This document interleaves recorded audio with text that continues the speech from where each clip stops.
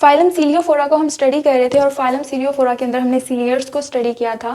सीलियर्स जो होते हैं ऐसे ऑर्गेनिजम्स होते हैं जिनकी बॉडी के ऊपर बहुत सारे सीलिया प्रेजेंट होते हैं जो कि इनको लोकोमोशन में हेल्प करते हैं।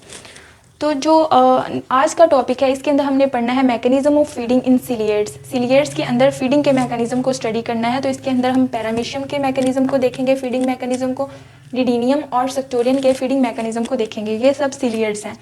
सबसे पहले पैरामीशियम के अंदर देखते हैं कि फीडिंग मैकेनिज्म क्या है। तो जो पैरामीशियम होते हैं इनके पास सीलिएटेड ऑरल ग्रूव होता है। मैंने कहा कि जो सीलियर्स होते हैं इनकी पूरी बॉडी के ऊपर बहुत सारे सीलिया प्रेजेंट होते हैं। तो जो पैरामीशियम है इनके ऊपर जो सीलिएटेड ऑरल ग्रूव होता है, ऑरल ग्रूव कहते हैं पैरामीशियम के माउथ पार्ट को। ये यहाँ पर इसका माउथ पार्ट है, इसको ऑरल ग्रूव कहते हैं। तो इसके माउथ पार्ट के ऊपर भी कुछ सीलिया प्रेजेंट होते हैं, उनको कहते हैं सीलिएटेड ऑरल ग्रूव। तो ये सीलिएटेड ऑरल ग्रूव के थ्रू फूड को इनटेक करते हैं और अपनी बॉडी के अंदर लेकर जाते हैं। तो अब पहले हम इसका स्ट्रक्चर अंडरस्टैंड कर लेते हैं पैरामीशियम का। पैरामीशियम जो है इसकी आउटर मेम्ब्रेन को पेलिकल कहते हैं। ये जो आउटर मेम्ब्रेन है इसको कहते हैं पेलिकल। इनकी आउटर मेम्ब्रेन के ऊपर बहुत सारे सीलिया प्रेजेंट होते हैं, न्यूमरस अमाउंट के अंदर सीलिया प्रेजेंट होते हैं जो कि इनको लोकोमोशन में हेल्प करते हैं। यहाँ पर इनका ऑरल ग्रूव प्रेजेंट है जिसको साइटोस्टोम और माउथ पार्ट कहते हैं। इस ऑरल ग्रूव के थ्रू ये फीडिंग करते हैं, ठीक है। इसके ऊपर सीलिया होते हैं जो कि इनको फीडिंग में हेल्प करते हैं। नेक्स्ट वाला जो पोर्शन है इसको कहते हैं साइटोफेरिंग्स। फिर ये फूड को साइटोफेरिंग्स में लेके जाते हैं। साइटोफेरिंग्स के दो और नेम हैं, इसको बक्कल कैविटी भी कहते हैं और गुलेट भी कहते हैं। उसके बाद फूड वैक्यूल बनता है, ठीक है। फूड वैक्यूल बनता है उसके बाद, और ये वाला जो स्ट्रक्चर है ये है कॉन्ट्रैक्टाइल वैक्यूल। कॉन्ट्रैक्टाइल वैक्यूल, और ये जो कॉन्ट्रैक्टाइल वैक्यूल है ये एक्सेस वाटर को बॉडी से एलिमिनेट करवाने का फंक्शन परफॉर्म करता है। इसके अलावा जो पैरामीशियम होते हैं इनके अंदर दो न्यूक्लियस प्रेजेंट होते हैं, 2 टाइप्स के न्यूक्लियस प्रेजेंट होते हैं। इसको कहते हैं कि इन जो सीलियर्स हैं इनके पास डाईमॉर्फिक न्यूक्लिया होते हैं। डाईमॉर्फिक न्यूक्लिया का मतलब होता है कि having 2 different kinds of nuclei in a single cell. एक सिंगल ऑर्गेनिज्म के अंदर 2 डिफरेंट टाइप्स के न्यूक्लिया का होना। तो इनके पास 2 डिफरेंट टाइप्स के न्यूक्लिया होते हैं। एक लार्ज मैक्रोन्यूक्लियस होता है, ये मैक्रोन्यूक्लियस है, और स्मॉल माइक्रोन्यूक्लियस होता है। तो ये है इसके बॉडी स्ट्रक्चर। यहाँ पर जो एनल पोर होता है, इनका एक एनल पोर होता है जिसके थ्रू ये वेस्ट मटेरियल को बॉडी से एलिमिनेट करवाते हैं। तो ये है इसका स्ट्रक्चर। अब हम देखेंगे कि इसके अंदर मैकेनिज्म ऑफ कैसे चलता है फीडिंग का। तो सबसे पहले क्या होता है, इनके पास सीलिएटेड ऑरल ग्रूव होते हैं, ये वाले यहाँ पर प्रेजेंट हैं। These are ciliated oral groove जो कि इसके माउथ के ऊपर प्रेजेंट होते हैं। ये सीलिएटेड ऑरल ग्रूव बाहर से जो फूड पार्टिकल्स होते हैं उनको इनटेक करते हैं। ये फूड पार्टिकल हैं, स्मॉल फूड पार्टिकल्स। अब ये सीलिएटेड ऑरल ग्रूव क्या करेंगे, इन फूड पार्टिकल्स को अपने सीलिया के थ्रू अंदर ले जाएंगे, इनको कैप्चर करेंगे और कैप्चर करके अंदर ले जाएंगे। साइटोस्टोम में लेके गए, उसके बाद ये साइटोफेरिंग्स के अंदर फूड पार्टिकल्स को ले जाएंगे। साइटोफेरिंग्स के अंदर ये जब फूड पार्टिकल्स को साइटोफेरिंग्स के अंदर ले जाएंगे तो फिर साइटोफेरिंग्स जो होता है वो एक फूड वैक्यूल बनाता है। अब ये जो साइटोफेरिंग्स है जिसके अंदर फूड प्रेजेंट है, इसने एक फूड वैक्यूल बना लिया है, ठीक है। ये एक फूड वैक्यूल बन गया है। ये जो फूड वैक्यूल है ग्रेजुअली ये क्या करता है, इसका साइज़ बड़ा होता जाता है, इट बिकम्स लार्जर। ये इतना बड़ा हो जाता है कि ये बाद में ब्रेक हो जाता है और साइटोफेरिंग से सेपरेट हो जाता है, साइटोफेरिंग से जुदा हो जाता है। तो ये इसका साइज़ बढ़ता है, ये सेपरेट हो जाता है साइटोफेरिंग से और ये फ्रीली मूव करने लगता है। फिर ये जो अंदर वाला पार्ट होता है इसको एंडोप्लाज्म कहते हैं। अब ये जो फूड वैक्यूल है ये एंडोप्लाज्म के अंदर फ्रीली मूव करेगा और साथ साथ इसकी डाइजेशन होती जाएगी। नेक्स्ट पॉइंट के अंदर हम देखते हैं कि ये जो फूड वैक्यूल है इसके अंदर इंजाइमेटिक डाइजेशन स्टार्ट हो जाती है। वो एंजाइम्स जो कि डाइजेशन में अपना रोल प्ले करते हैं वो इसके अंदर डाइजेशन स्टार्ट कर देते हैं। उसके बाद नेक्स्ट पॉइंट के अंदर ये होता है कि वो जो डाइजेस्टेड फूड होता है वो यहाँ पर प्रेजेंट है, ठीक है। डाइजेस्टेड फूड जो होता है अब यहाँ पर इस पॉइंट के अंदर इसकी एब्जॉर्प्शन स्टार्ट होना हो जाती है। एब्जॉर्प्शन के अंदर जो डाइजेस्टिव फूड के अंदर जो न्यूट्रिएंट्स होते हैं, मिनरल्स होते हैं, वो एक्सट्रैक्ट हो जाते हैं, एब्जॉर्ब कर लिए जाते हैं। तो यहाँ पर इसकी न्यूट्रिएंट्स की एब्जॉर्प्शन होती है। उसके बाद यहाँ पर जो बाकी का रह जाता है, बाकी का वेस्ट रह जाता है। अब इस वेस्ट को बॉडी से एलिमिनेट करवाना होता है। तो ये वेस्ट जो है ये एनल पोर के थ्रू, यहाँ से एनल पोर के थ्रू बॉडी से एक्सक्रीट हो जाता है, ठीक है। ये जो है अब वेस्ट है जो कि एनल पोर के थ्रू बॉडी से एक्सक्रीट हो गया। तो ये है इनका पूरा मैकेनिज्म फीडिंग का। सबसे पहले क्या होता है, ऑरल ग्रूव के अंदर जो ऑरल सीलिया होते हैं ये फूड को कैप्चर करते हैं। फूड को कैप्चर करना और इनटेक करना को एंडोसाइटोसिस भी कहते हैं। तो यहाँ पर एंडोसाइटोसिस होती है, सबसे पहले फूड अंदर जाता है माउथ के, उसके बाद साइटोफेरिंक्स के अंदर जाता है, साइटोफेरिंक्स फूड वैक्यूल बनाता है, फूड वैक्यूल जो है ये लार्जर होता है और इसके बाद ये साइटोफेरिंक्स से जुदा हो जाता है और सेपरेटली मूव करता है। उसके बाद इसकी फूड की एंजाइमेटिक डाइजेशन होती है, नेक्स्ट जो है फूड की एब्जॉर्प्शन होती है, फिर ये वेस्ट बन जाता है और ये वेस्ट जो है एनल पोर के थ्रू बॉडी से एलिमिनेट हो जाता है। यहाँ पर मैंने इसके कुछ पॉइंट्स लिखे हैं इस मैकेनिज्म के, उनको वन बाय वन स्टडी कर लेते हैं। तो सबसे पहले क्या होता है, paramecium has ciliated oral groove, paramecium के पास सिलेटेड ऑरल ग्रूव होता है। उसके बाद cilia push small food particles into cytopharynx, cilia जो होते हैं स्मॉल फूड पार्टिकल्स को साइटोफेरिंग्स के अंदर लेकर जाते हैं। साइटोफेरिंग्स क्या करता है, food vacuole is formed in the cytopharynx, cytopharynx के अंदर फूड वैक्यूल बनता है, food vacuole becomes larger, food vacuole जो है वो लार्जर होता है, इतना लार्जर हो जाता है कि it then breaks from cytopharynx and become free, फिर जो फूड वैक्यूल है वो साइटोफेरिंग्स से ब्रेक हो जाता है और फ्रीली मूव करने लग जाता है। उसके बाद क्या होता है, it freely circulates through the endoplasm and digestion takes place, फिर वो फूड वैक्यूल फ्रीली एंडोप्लाज्म के अंदर सर्कुलेट करता है। दिस पोर्शन इज एंडोप्लाज्म, अंदर वाला पूरा हिस्सा। तो ये फूड वैक्यूल जो है एंडोप्लाज्म के अंदर फ्रीली सर्कुलेट करता है और उसके बाद जब वेस्ट बन जाता है, जो एनल पोर के थ्रू ये वेस्ट एलिमिनेट हो जाता है। तो यहाँ पर waste elimination through anal pore, ठीक है। तो ये है पैरामीशियम का फीडिंग मैकेनिज्म।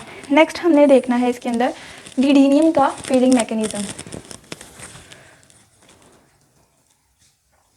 जो डिडीनियम होते हैं ये भी सिलियर्स की ही एक एग्जांपल है। इसके अंदर क्या होता है, जो डिडीनियम होते हैं ये एक टेम्परेरी ओपनिंग बनाते हैं, जिसके थ्रू ये प्रे को कैप्चर करते हैं। तो इसका पहले हम स्ट्रक्चर देख लेते हैं डिडीनियम का। डिडीनियम जो होते हैं इनके ऊपर इस तरह के बैंड्स ऑफ सीलिया प्रेजेंट होते हैं जो कि लोकोमोशन में हेल्प करते हैं। इनके पास भी एक लार्ज मैक्रोन्यूक्लियस होता है, एक स्मॉल माइक्रोन्यूक्लियस होता है, इनके पास भी कॉन्ट्रैक्टाइल वैक्यूल होता है, इनके पास भी फूड वैक्यूल होता है, ठीक है। ये सब चीज़ें इनके पास भी होती हैं और इनके पास प्रोबोसिस होता है, ये प्रोबोसिस है, और इनके पास साइटोस्टोम होता है जिसको माउथ पार्ट कहते हैं, जिससे इन्होंने एक प्रे को कैप्चर करना होता है। अब जो डिडीनियम होते हैं ये अदर स्मॉल प्रोटिस्ट को और अदर स्मॉल एनिमल्स को फीड करते हैं, उन पर ईट करते हैं। ये मोस्टली ये पैरामीशियम के ऊपर फीड करते हैं, ठीक है। जो पैरामीशियम होते हैं वो भी सिलिएट होते हैं, तो ये अदर सिलिएट्स और स्मॉल एनिमल्स पर फीड कर सकते हैं। तो मोस्टली जो है ये पैरामीशियम को फीड करते हैं। तो होता यह है इनके फीडिंग मैकेनिज्म के अंदर कि जैसे ही कोई एनिमल इनकी बॉडी के साथ अटैच होता है या इनकी बॉडी को टच करता है तो ये फ़ौरन से एक टेम्परेरी ओपनिंग बनाते हैं और उस एनिमल को एनगल्फ कर लेते हैं, अपनी बॉडी के अंदर ले जाते हैं। तो यहाँ पर अगर मैं एक पैरामीशियम ड्रा करूँ जो कि इसकी बॉडी के साथ अटैच होता है, तो यहाँ पर मैं एक पैरामीशियम ड्रा करती हूँ।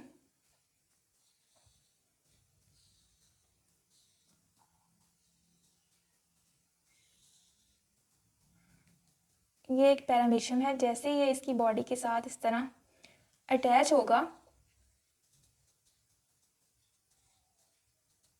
इसकी बॉडी पर सीलिया प्रेजेंट है, थोड़ी सी नीट बन जाए डायग्राम। तो ये है पैरामीशियम जो कि इस ऑर्गेनिज्म का प्रे है, शिकार है। तो जैसे ही ये पैरामीशियम इसकी बॉडी के साथ अटैच करता है तो ये फ़ौरन से एक टेम्परेरी और लार्ज ओपनिंग बनाते हैं। जो पैरामीशियम होता है वो साइज़ में ना काफ़ी बड़ा होता है, तो उसको एनगल्फ करने के लिए डिडीनियम को एक लार्ज ओपनिंग बनानी पड़ती है। तो पैरामीशियम जैसे ही टच करता है इनको तो एक लार्ज और टेम्परेरी ओपनिंग बनाते हैं।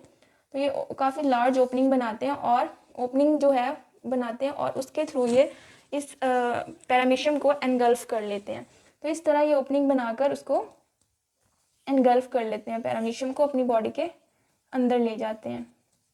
तो ये है इनका फीडिंग मैकेनिज्म कि जैसे ही कोई एनिमल इनकी बॉडी को टच करता है, इनकी बॉडी के साथ अटैच होता है, तो ये फ़ौरन से उसको फीड कर लेते हैं, उसको खा जाते हैं, उसे अपनी बॉडी के अंदर ले जाते हैं।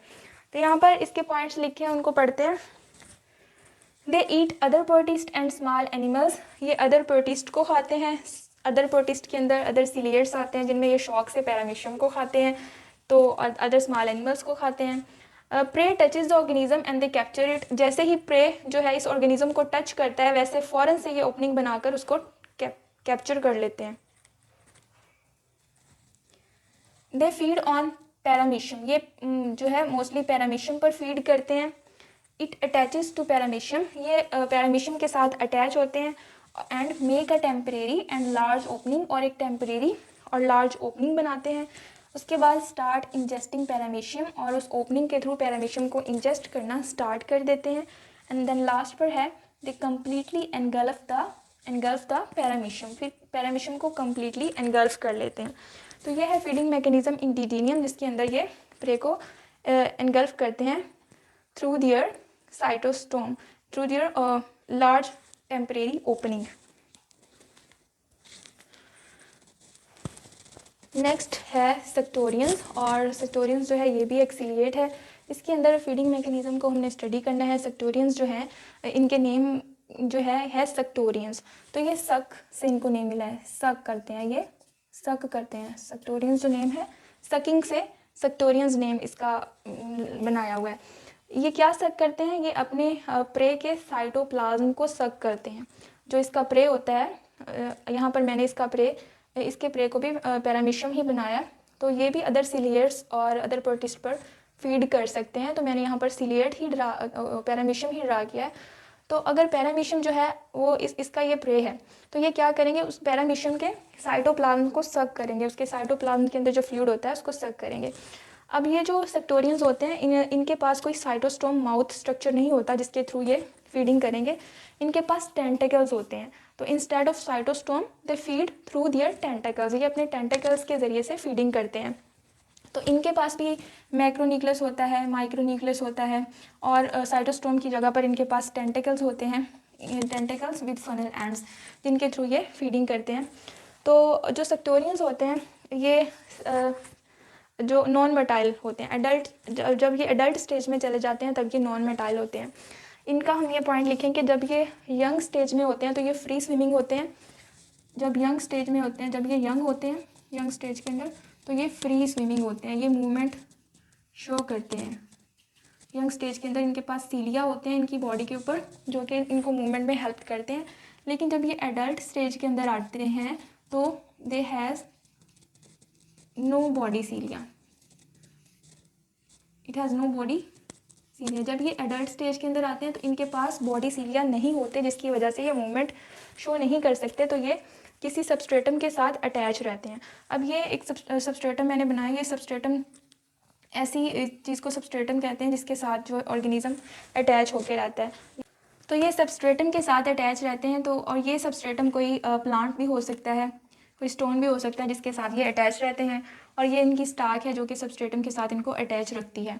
अब इनका फीडिंग मैकेनिज्म देखते हैं कि ये टेंटिकल्स के थ्रू कैसे फीडिंग करते हैं। इनके ये जो टेंटिकल्स होते हैं, ये टेंटिकल्स जो हैं इन टेंटिकल्स के थ्रू ये अपने प्रे को पैरालाइज करते हैं, और पैरालाइज करके उसके जो साइटोप्लाज्म होता है उसको सक करते हैं।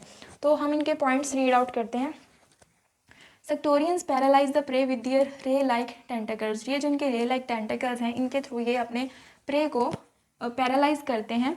दियर सिक्रेशन पैरालाइज द प्रे, ये जो टेंटिकल्स होते हैं ये कुछ सिक्रेशंस करते हैं प्रे की बॉडी के ऊपर, और उस सिक्रेशंस के थ्रू ये उसको पैरालाइज करते हैं। पहले tentacles form an opening in the pellicle of the pray, ये जो टेंटिकल्स होते हैं ये जो आउटर मेम्ब्रेन होती है जिसको पेलिकल कहते हैं, ये अपने प्रे की आउटर मेम्ब्रेन के अंदर एक ओपनिंग बनाते हैं, ठीक है। अपने टेंटिकल्स के थ्रू ये उनकी आउटर मेम्ब्रेन जो आउटर पेलिकल है उसके अंदर एक ओपनिंग बनाते हैं। Then sucks the cytoplasm of the prey through tiny channels in tentacles, ठीक है। पहले तो उसके पेलिकल के अंदर ओपनिंग बनाते हैं और फिर उसके साइटोप्लाज्म के अंदर जो होता है फ्लूइड वगैरह उसके साइटोप्लाज्म को सक करते हैं through their tiny channels in their tentacles. ये जो टेंटिकल्स होते हैं इनके अंदर कुछ टीनी चैनल्स होते हैं, इन चैनल्स के थ्रू ये सकिंग करते हैं, ठीक है। इन चैनल्स के थ्रू ये उनके साइटोप्लाज्म को सक करते हैं, और इसको कहते हैं टेंटाक्यूलर। इनके पास टेंटाक्यूलर माइक्रोट्यूबुल्स इन्वॉल्व होते हैं इस फंक्शन के लिए। द प्रे इज़ सिलिएट और अमीबा, इनके जो प्रे होते हैं वो मोस्टली सिलिएट्स होते हैं या फिर अमीबा होते हैं।